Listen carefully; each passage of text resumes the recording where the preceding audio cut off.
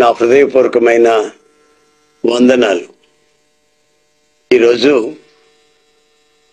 92వ కీర్తనలో నుండి ఓ 2 వాక్యాలు మీకు చదివి వినిపిస్తాను. అది మీరు ఒకసారి బైబిల్ తీసుకొని చూస్తే బాగుంటుందని అనుకుంటున్నాను. 92వ కీర్తన 12-13వ వాక్యం. నీతిమంతులు ఖర్జూర వృక్షము వలె మూవవేయుదురు, లెబానోను మీది దేవదారు వృక్షము వలె వారు ఎదుగుదురు.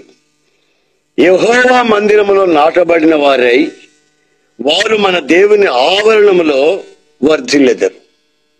ఈ చోట వర్ధిల్లెదరు అనే పదాలు చూస్తాం. ఎక్కడ వర్ధిల్లుతారు అంటే దేవుని ఆలయములో నాటబడితే వర్ధిల్లుతారు అని. కాస్త సరదాగా దేవుని ఆలయానికి వచ్చి వెళ్ళడం కాదండి, అక్కడ నాటబడాలి అనే మాటని ప్రత్యేకంగా మనం చూస్తున్నాం. అది ఎవరంటే నీతిమంతులు. ఏ వృక్షము వలె? ఖర్జూర వృక్షము వలె. ఖర్జూర వృక్షము ఒకవేళ చూడని వాళ్ళు ఉండొచ్చు. ఈత చెట్టును చూసారా? ఈత చెట్టునే ఖర్జూరపు చెట్టు అంటారు. అంటే ఖర్జూరపు చెట్టు పెద్ద ఈతకాయలు కాస్తుంది, మనం చూసే ఈత చెట్టు చిన్న ఈతకాయలు కాస్తుంది. పెద్ద వ్యత్యాసం ఏమీ లేదు. పోక చెట్టు, ఈ కొబ్బరి చెట్టు, తాటి చెట్టు, పెద్ద ఈత చెట్టు, చిన్నేత చెట్టు, ఇవన్నీ ఒకే జాతికి చెందిన చెట్లుగా భావిస్తారు. ఆ చెట్ల వలె నీతిమంతులు దేవుని ఆలయంలో ఎదుగుతారని ఈ వాక్యం మనల్ని హెచ్చరిస్తుంది. చూడండి, నీతిమంతులు అలా ఉంటారు అని రాయబడి ఉంటే అసలు ఆ రోజుల్లోనే నీతిమంతులు లేరు, ఒక్కరైనను లేరు, అందరూ దారి తిప్పి నాశనం అయిపోయారు అని పాటలు పాడుతూ భజనలు చేస్తూ ఉన్నారు కొంతమంది. ఇలా నీతిమంతులు లేరు అని చెప్పుకుంటూ అక్రమాలు చేస్తూ, నీతిమంతులు లేరు అని చెప్పుకుంటూ నీచమైన పనులు చేస్తూ పశుప్రాయులై వరుసలు తప్పి మృగప్రాయులుగా మార్చబడుతున్న ఆ రోజుల్లో నీతిమంతులు లేరు అని చెప్తున్నప్పుడు నీతిమంతులు ఉన్నారు. వారు ఖర్జూర వృక్షం వల్ల మూవేసి ఎదుగుతారు, వారు దేవుని ఆలయములో నాటబడతారు అనే పదాన్ని మనం ఇక్కడ చూసాం. ఈ పదం ఓ ప్రవచనాత్మకమైన పదం. ఈ రోజుల్లో కూడా చాలా మంది నీతిమంతులు లేరు, ఒక్కరైనను లేరు, ఏది ఉంటే నాకు చూపించండి, అంత నిక్కచ్చిగా అంత యథార్థంగా ఉండి నీతిమంతుని ఒక్కరిని చూపించండి అని అనేవాళ్ళు విచ్చలవిడిగా బ్రతుకుతూ ఉంటారు. అయితే బైబిల్లో రాయబడిన ఒక సంభవాన్ని మీకు చెప్తాను. ఒక చోట ప్రార్థన జరుగుతూ ఉందండి. ఆ ప్రార్థనలో ఒక అతను పైకి లేచాడు. లేచి, నేను ఉపవాస ప్రార్థనలు చేస్తున్నానయ్యా, దశమ భాగాలు ఇస్తున్నానయ్యా, నా అంతటి నీతిమంతులు మరొకడు లేడు, నేను పేదలకి సహాయం చేస్తున్నాను, సోషల్ వర్క్ కూడా చేస్తున్నాను అని రకరకాలుగా ప్రార్థన చేసి ఆమెను చెప్పుకొని కూర్చున్నాడు. ఆ తర్వాత అదే చోట ఒక అతను లేచేదానికి కూడా ఓపిక లేకుండా, ఆకాశం వైపు కనులెత్తి ప్రార్థన చేసే ఓపిక కూడా లేకుండా ఉంగిపోయి ఓ చిన్న ప్రార్థన చేశాడు. అయ్యా, నేను నీ వైపు తల ఎత్తుకోలేని పరిస్థితి, నేను పాపిని, నన్ను క్షమించమని కన్నీళ్లతో పశ్చాత్తపడి ఏడుస్తున్నాడు. అంతలో యేసు ప్రభు కలుగు చేసుకుని అతను ప్రార్థన చేయడం విన్నాను, ఇతను ప్రార్థన చేయడం విన్నాను. కానీ ఇతని కంటే ఇతను నీతిమంతుడుగా తీర్చబడ్డాడు. కారణం, పాపములో నుంచి పశ్చాత్తాపం కలిగింది. తన పాపం విడిచిపెట్టి కన్నీళ్లు విడిచి ప్రాధేయపడి దేవుని కరుణ కొరకు ఎదురు చూశాడు. దైవ కరుణ కావాలని కోరుకున్నాడు. ఇతని పాపములు క్షమించబడి ఇతను నీతిమంతుడుగా తీర్చబడ్డాడని ప్రభు అయిన యేసుక్రీస్తు చెప్పాడు. దైవ నీతి ధరించుకోవలసిన అక్కర ఎంతైనా ఉందని చెప్పి ఇతని ప్రార్థన మనకు తెలియపరిచింది. అంటే యేసు ప్రభు ఈ లోకానికి ఎందుకు వచ్చాడంటే ఒక మనిషిని నీతిమంతునిగా తీర్చేందుకే వచ్చాడు. ఆ తీర్చబడిన వాడు ఎలా ఉంటాడంటే ఖర్జూర వృక్షం వలె దేవుని ఆలయంలో నాటబడి వర్ధిల్లుతాడు అని రాసింది. నీతిమంతుల్ని ఖర్జూర వృక్షానికే పోల్చినట్లుగా ఈ వాక్యం హెచ్చరిస్తుంది.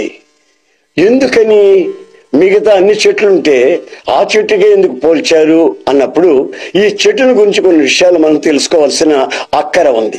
ఈ చెట్టుకి వేర్లు లేవంటే నా చిటికినేలు మందంలో చెట్టు ఉన్న చోట గుబురుగా ఉంటాయి, కానీ ఇక్కడ ఉన్న చెట్టుకి వేరు అవతల పక్కకి ఇవతల పక్కకి లేకపోతే భూమిని బాగా పాతుకుని లోతుకు వెళ్ళిపోయే ఆ వేర్లు కనబడవు.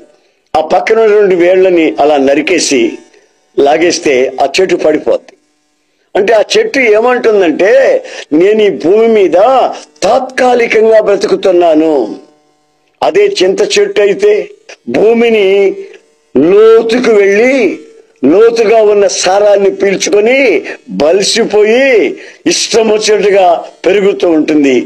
చింత చెట్టు కానీ మర్రి చెట్టు కానీ పెద్ద పెద్ద చెట్లన్నీ కుంగుటేరులు ఉంటాయి.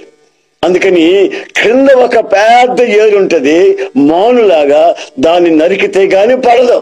అంటే అర్థం ఏంటంటే మిగతా చెట్లు లోకాన్ని అనుభవిస్తూ లోకములను సారాన్ని పీల్చుకుంటూ నాకు మించింది ఏది లేదు అన్నట్టుగా బ్రతుకుతా ఊగుతా ఉంటుంది. అయితే ఈ యొక్క ఖర్జూరపు చెట్టు, తాటి చెట్టు, కొబ్బరి చెట్టు సన్న సన్న వేరులతో ఉండి తాత్కాలికంగా బ్రతుకుతున్నాను. నేను బ్రతుకుతున్నాను గనక కాస్త తింటున్నాను గనక కాస్త బ్రతుకుతున్నాను.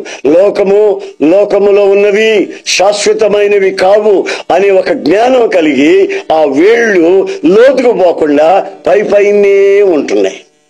ఒకసారి ఏం జరిగిందంటే ఇక్కడ ఒక ఫ్లాట్, అక్కడ ఒక ఫ్లాట్, అక్కడ ఒక ఫ్లాట్ స్థలాలు కొనుక్కున్నారు. ఈ ఫ్లాట్ లో ఒక అతను పునాదులు తీస్తున్నాడు ఇల్లు కట్టుకుందామని. అక్కడ ఇంతలో వేర్లు వచ్చాయి.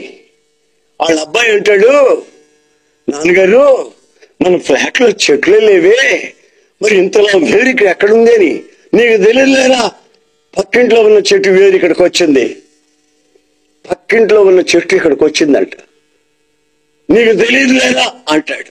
అర్థం ఏంటంటే అక్కడ ఒక చెట్టు ఉంది, అది ఉండేది కనబడేది అక్కడే గాని దాని వేరు ఇక్కడ ఉంది. మీరు గమనించండి, చాలా చోట్ల చాలా కుటుంబాలు ఈ సమస్యలు ఉన్నాయి. కనబడేదేమో ఒక ఇంట్లో, దాని వేర్లేమో మరొక మరొకరి జీవితాన్ని పీల్చుకొని పిప్పు చేసి వాళ్ళ కష్టార్జితాన్ని వీళ్ళు అనుభవిస్తుంటారు. దీన్ని అంటారు అక్రమ సంబంధం. అయితే ఖర్జూరపు చెట్టు, నీతిమంతులైన ఖర్జూరపు చెట్ల వలె ఉన్న వాళ్ళు ఏం చేస్తారంటే వాళ్ళు ఎక్కడ ఉంటారో అక్కడే నిలబడి, అక్కడే ఫలించి, అక్కడే ఆ ఫలములు రాల్చి ఆ యొక్క ఆలయానికి ఆశీర్వాదకరంగా మార్చబడతారు. ఆ యొక్క ఫలించిన ఫలాలు వేర్ల దగ్గరే పడతాయి. అది ఎక్కడ నాటబడిందో అక్కడే వాళ్లే తింటారు, వాళ్లే అనుభవిస్తారు. కానీ ఆ పక్కింటోళ్ళు ఇంకొకరు తినరన్నమాట. అదే సమయంలో మరొక అనుభవం ఏంటంటే జామ చెట్టు అనుకుందాం, లేకపోతే ఒక మామిడి చెట్టు అనుకుందాం. ఈ కొమ్మలు ఈ ఇంట్లో ఉండే కొమ్మలు ఆ ఇంట్లో ఉంటాయి, పోయి వాడు తింటారు ఈ ఫలాలు. ఈ కొమ్మ వీళ్ళ ఇంట్లో ఉంటుంది, వీళ్ళు తింటారు ఈ ఫలాలు. ఇంకా మనం లోతుగా వెళితే చెట్టు ఇక్కడే ఉన్నా వీళ్ళ దృష్టి ఇటు అమెరికా వైపు, ఇటు న్యూజిలాండ్ వైపు, ఇటు విదేశాల వైపు చక్కెర కొడతా ఉంటుంది. ఎక్కడి నుంచి నాకు సహాయం వస్తుంది, ఎవరు నాకు హెల్ప్ చేస్తారు, ఎవరు సపోర్ట్ ఇస్తారు నేను రిపోర్ట్ రాసేదానికి అని రాత్రింబగళ్ళు చెట్లు కొన్ని కనిపెట్టుకొని ఉంటాయి. ఇవి నీతిమంతుల చెట్లు కాదు, దేవుని ఆలయంలో నాటబడిన చెట్లు కాదు, పిచ్చివి బలురెక్కసి చెట్ల వలె ఈ కొమ్మ ఇటు, ఆ కొమ్మ అటు, ఈ కొమ్మటి ఈ కొమ్మటి దేశమంతా చూస్తుంటాయి. కానీ వేరుపారి స్థిరపరచబడి ఆయన సన్నిధిలో ఫలించే చెట్ల వలె నీతిమంతులు ఉంటారు. ఎవరు యేసు రక్తం చేత కడగబడతారో వాళ్ళు నీతిమంతులుగా మార్చబడతారు. ఆ నీతిమంతులుగా మార్చబడిన వాళ్ళ స్వభావాలు ఎలాగుంటాయంటే వాళ్ళకి రహస్య జీవితం పవిత్రంగా ఉంటుంది. వాళ్ళ సీక్రెట్ లైఫ్ పవిత్రత మీదనే ఆధారపడి ఉంటుంది. వాళ్ళ బాహ్య జీవితంలో కూడా వాళ్ళ జీవితాన్ని పవిత్రపరచుకుంటారు. ఆ చెట్టుకి కొమ్మలు ఉండవు. ఆ చెట్టు ఎంతసేపటికి ఏపుగా ఎదిగి పైకి చూస్తా ఉంటది. బైబిల్ అంటుంది, మీరు క్రీస్తు యేసుతో కూడా లేపబడిన వారు అయితే పైనున్న వాటిని వెతకండి. యేసు ప్రభు అదే చెప్పాడు, మీ కన్నులు పైకెత్తకండి, ఐశ్వర్యం అక్కడి నుంచి వస్తుంది. కళ్ళ వైపు నేను కన్నులు ఎత్తను, నాకు సహాయం వచ్చే వైపే నేను ఎత్తుతాను కళ్ళని. ఆకాశం వైపు చూస్తుంది ఈ చెట్టు. దిక్కులు చూసే చెట్లు ఉన్నాయి, ఇది మాత్రం పైకి మాత్రమే చూస్తుంది. నీవు క్రీస్తు యేసునందు లేపబడిన వాడి అయితే అనేది మాత్రం మన జీవితంలో ఎప్పుడు గుర్తుంచుకోవలసినటువంటి అవసరం వచ్చింది. దేవునికి స్తోత్రం కలుగును గాక. మరొక సంగతి ఏంటంటే, ఆ చెట్టు పైన మనం గమనించినట్లయితే మహా గరుకుగా ఉంటదండి. ఏ చెట్టుతోనైనా మనం ఆటలాడుకోవచ్చు, కోతి కొమ్మచ్చి ఆటలో. కానీ ఆ చెట్టు దగ్గరికి పోయి ఆడేమో పొట్ట చీల్చుకోపోతాయి, పేగులు బయటకు వస్తాయి. ఆ రోజు నేను ఒకసారి దారిని వెళ్తూ ఒక చోట ఒక అతను ఈత చెట్టు ఎక్కి దొంగీతకాయలు కోస్తున్నాడు. గొడ్ల దగ్గర కాపలా ఉండే అబ్బాయి. నేను వెళ్ళేవాడిని, వెళ్లకుండా బండి ఆపి ఒరేయ్ అన్నా. ఇక అంతేనండి, ఆడు భయపడిపోయి ఆ పై నుంచి కత్తి కింద వేసేసి గరగర దిగి జారిపోయాడు. జారిపోయి కిందకు వచ్చిన తర్వాత చూస్తే వాడు పొట్టంతా బయటకు వచ్చేసింది. ఇక నేను అక్కడ ఉండి నన్ను చంపేస్తారేమోనని నేను మోటార్ సైకిల్ స్టార్ట్ చేసుకుని అంతు లేకుండా వెళ్ళిపోయాను. చూడండి, ఎవరితోనైనా ఆటలాడవచ్చు, కానీ ఆటలాడకూడదు ఎవరంటే నీతిమంతులతో, దేవుని బిడ్డలతో, యేసు రక్తం చేత కడగబడిన వాళ్ళతో ఆటలాడకూడదు. ప్రపంచ చరిత్ర చెప్పకనే చెప్తుంది ఈ రోజున. ఏమని తెలుసునండి, యేసు క్రీస్తు విరోధంగా లేచిన ప్రభుత్వాలైనా, రాజ్యాలైనా, కిరీటాలైనా, సింహాసనాలైనా, క్రైస్తవ్యానికి విరోధంగా లేచిన ప్రభుత్వాలు నిలబడలేదు. కనుక రోషము గల దేవుని సన్నిధిలో ఆయన రక్తం చేత కడగబడిన వాళ్ళతో ఎవరు ఆటలాడటం కుదరదు. మనం మౌనముగా ఉండి అద్భుత కార్యాలు, ఆశ్చర్యమైన కార్యాలు, రోషము గల దేవుని యొక్క పరాక్రమ కార్యాలు మనం చూడవలసిన అక్కర ఉంది. సింహాసనాలు తలకిందులు అవుతాయి, కిరీటాలు బ్రద్దలైపోతాయి, రాజ్యాలు పతనమైపోతాయి. యేసు క్రీస్తు వాక్యం స్థిరముగా నిలబడే రోజులు వచ్చున్నాయి. ఆ విధంగా యేసుక్రీస్తు చరిత్ర ఈ రోజు వరకు ప్రపంచమంతా ఇంకిత జ్ఞానం కలిగిన ప్రతి ఒక్కరూ అవలంబిస్తూ ఆయన్ని ఆరాధిస్తూ వస్తున్నారు. నీతిమంతులు ఎలా ఉంటారండి? వాళ్ళకి పాడు వేర్లు ఉండవండి. నీతిమంతులకి ఈ పనికిమాలిన కొమ్మలు ఉండవండి. నీతిమంతులకి అటు ఇటు చూసే ఆ చూపు ఉండదు, ఆకాశం వైపు చూస్తారు. ఒకసారి ప్రార్థన చేసుకుంటా ఉన్నానండి, వాడు వచ్చాడు, సాతానుగాడు. వాడు ఎక్కడైనా ఉంటాడు, వాడు సిగ్గులేనివాడు. వస్తాడు, పిల్లల్ని పేరంటాం, వాడు వస్తాడు. వచ్చి బ్రహ్మాండంగా ప్రార్థన చేస్తున్నావే అన్నాడు. పాటలు పాడతాను చూడరా అన్నా. నాకు కూడా తెలిసిలే పాటలు అన్నాడు. వాక్యం చెప్పనా అన్నా.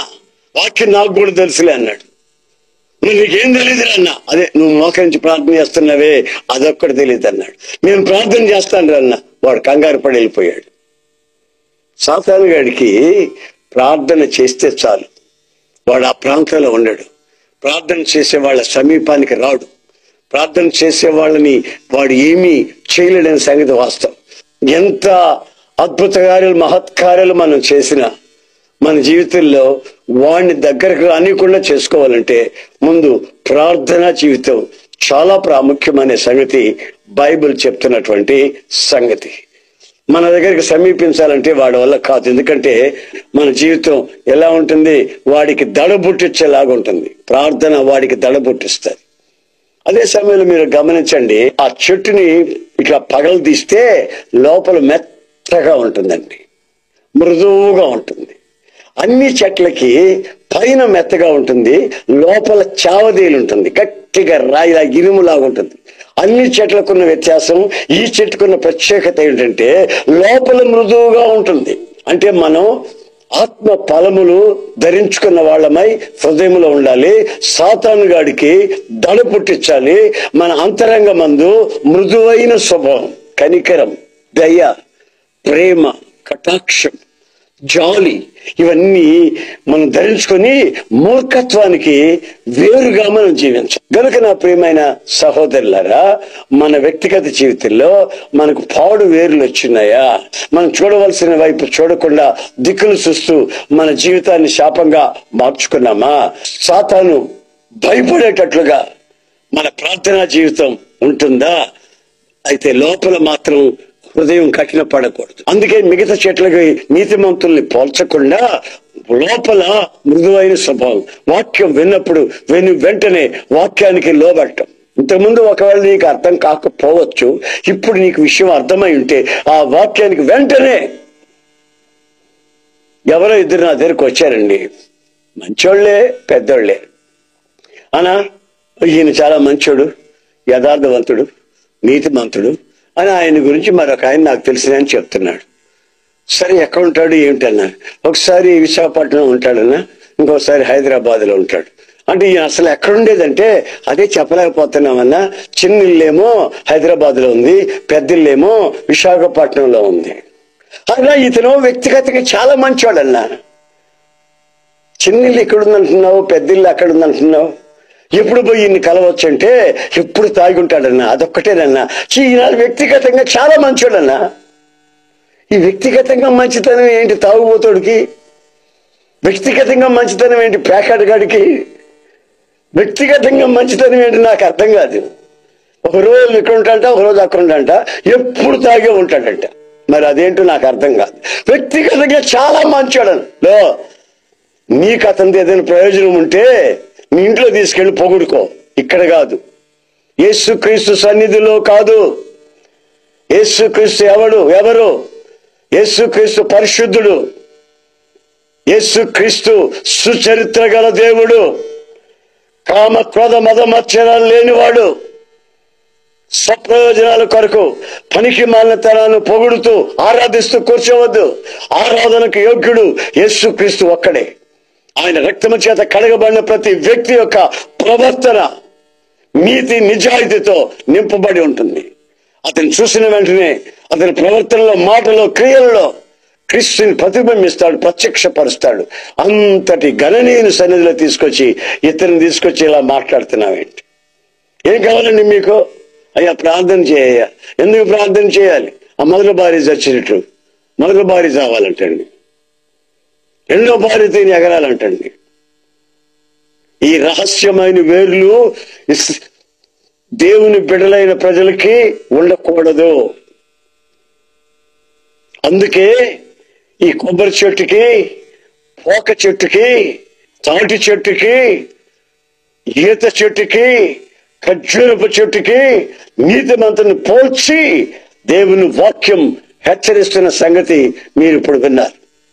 కనుక నా ప్రియమైన సహోదరులారా, నా రెండు చేతులు దండం పెట్టి చెప్తున్నాను, మీరు క్రీస్తుకి సాక్షులై యథార్థ ప్రవర్తన కలవారై ఇహలోకములో ఉన్నటువంటి మాలిన్యం అంటకుండా, ఏదో లోక సంబంధమైన ప్రయోజనాల కొరకు మాత్రమే జీవించకుండా, లోకములో ఉన్న వాళ్ళతో నాశనము కాకుండా ఒక ప్రత్యేకమైన అనుభవం కలిగి క్రీస్తు యేసుతో జీవించాలని ప్రేమపూర్వకం కోరుకుంటూ ప్రభు మాటల్ని ముగిస్తున్నాను. ప్రార్థన చేసుకుందాం. మీరు ఒక నిబంధన ప్రభువుతో చేయండి. మీరు ఇంతకుముందు మీ సీక్రెట్ లైఫ్, ఇంతకుముందు మీరు ఎక్కడెక్కడో ఎత్తుక్కుంటూ ఎవరెవరి ద్వారానో ఏదో పొందాలని ఆశించినట్లయితే వాటిలన్నిటి విషయమై పశ్చాత్తాపడి, ప్రభువా పనికిమాలిన కొమ్మలు నాకు వచ్చాయి, పనికిమాలిన వేర్లు ఉన్నాయి, ఎవరి మీదనో ఇంతవరకు ఆధారపడ్డాను, పైన వాటిని వెతకాలనే సంగతి మీరు చెప్తున్నారు. నీ వాక్యం హెచ్చరిస్తుంది. ఇదిగో నా హృదయం కాఠిన్యమైన హృదయాన్ని మార్చి నాకు మృదువైన హృదయం దయచేసి మంచి మనస్సాక్షిని అనుగ్రహించి నీతో జీవించడానికి సహాయం చేయమని పశ్చాత్తాపంతో ప్రభువుని అడిగినట్లయితే నీ కుటుంబ వ్యవస్థలో ఒక గొప్ప ఆశీర్వాదం కలుగుతుంది. నీ వ్యక్తిగత జీవితంలో ఆర్థిక సమస్యలను ఎదుర్కోగలుగుతావు. అనారోగ్యం పాలై ఉంటే ఆరోగ్యాన్ని ప్రసాదిస్తాడు. ఈ సంవత్సరాది నుండి సంవత్సరాంతం వరకు ఆయన ఆశీర్వాదపు మార్గంలో నువ్వు నడిపించబట్టకు ఆయన ఆశిస్తున్నాడు, అలా కోరుకుంటున్నాడు. నేను ఒక చిన్న ప్రార్థన నీ కొరకు చేయాలని ఆశిస్తున్నాను. దయచేసి వినయంతో విధేయతతో కళ్ళు మూసి తల వంచండి, ప్రార్థన చేసుకుందాం. ప్రేమగల తండ్రి, ప్రభువా నీకు స్తోత్రం చెల్లిస్తున్నాం. మా ఎదుట ఓ ఖర్జూరపు వృక్షాన్ని ఉంచి దానికి వేర్లు లేవని, కొమ్మలు లేవని, అది పైనున్న వాటిని వెతుకుతుందని, దాని పై బెరడు మహా కఠినమని, లోపల మృదువైనటువంటి స్వభావం కలిగినటువంటి నీతిమంతులు కొనవలసిన స్వభావాలన్నీ ప్రత్యక్షంగా ఆ చెట్టు ద్వారా మీరు మాతో మాట్లాడినందుకై స్తోత్రములు చెల్లిస్తున్నాం. ఒకప్పుడు నేనే ద్రాక్షావళిని, మీరు నాతో అంటుకట్టబడమని మీరు సెలవిచ్చినట్లు తండ్రి, బాప్తిస్మిచ్చే యోహాను కూడా మంచి ఫలములు ఫలింపని ప్రతి చెట్టు నరకబడి అగ్నిలో వేయబడుతుందని మమ్మల్ని చెట్టుకు పోల్చినట్టుగా మేము బైబిల్లో చదువుతూ ఉన్నాం. కనుక ఈ ప్రవచన వాక్యం మా జీవితాల్లో, మా కుటుంబాలలో, మా సంఘాలలో సంపూర్తిగా నెరవేర్చమన్నట్లు మీరు సహాయం చేసి మీ దివ్యనామానికి మహిమ తెచ్చుకొని మీ మహిమల రాకడలో మిమ్మల్ని ముఖాముఖిగా చూసే భాగ్యాన్ని మా ఒక్కొక్కరికి దయచేయమని నజరేయుడైన యేసు నామములో అడుగుచున్నాను తండ్రి. ఆమేన్, ఆమేన్.